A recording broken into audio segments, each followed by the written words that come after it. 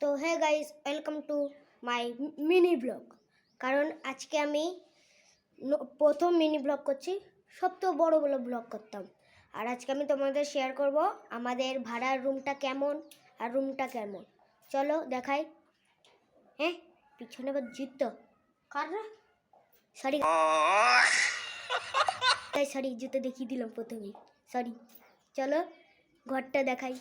আর চ্যানেলে নতুন নতুন হলে লাইক করে দিও, সাবস্ক্রাইব তো পরে করবে, পরে না, সাবস্ক্রাইব তো আগেই করবে, ঠিক আছে?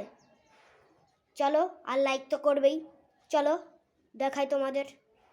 গাইস, এইটা আমাদের তুলসী মা, আমরা প্রথম তো তার জন্য তুলসীর টপে রেখেছি। তারপরে এই যে আমাদের ঘরের দরজার এই যে আমাদের বেসিং আছে, সব কিছু আছে, মানে আমরাই। আর এইটা আগে থেকেই ছিল। আর এই যে আমার পাপা মন্দির বানিয়ে এনে দিয়েছে। ভালো লাগলে কমেন্ট করে বলে দেবেন কেমন হয়েছে, ঠিক আছে? আর এই যে সব কাবার্ড এইখানেই ছিল। আর এই যে বিছানা আমাদের সকাল থেকেই করা থাকে, কারণ আমার মা কাজে যায়, তার জন্য।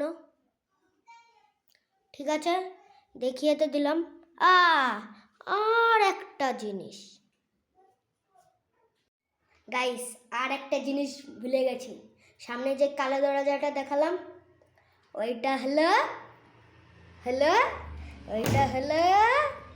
বাথরুম। এই দেখো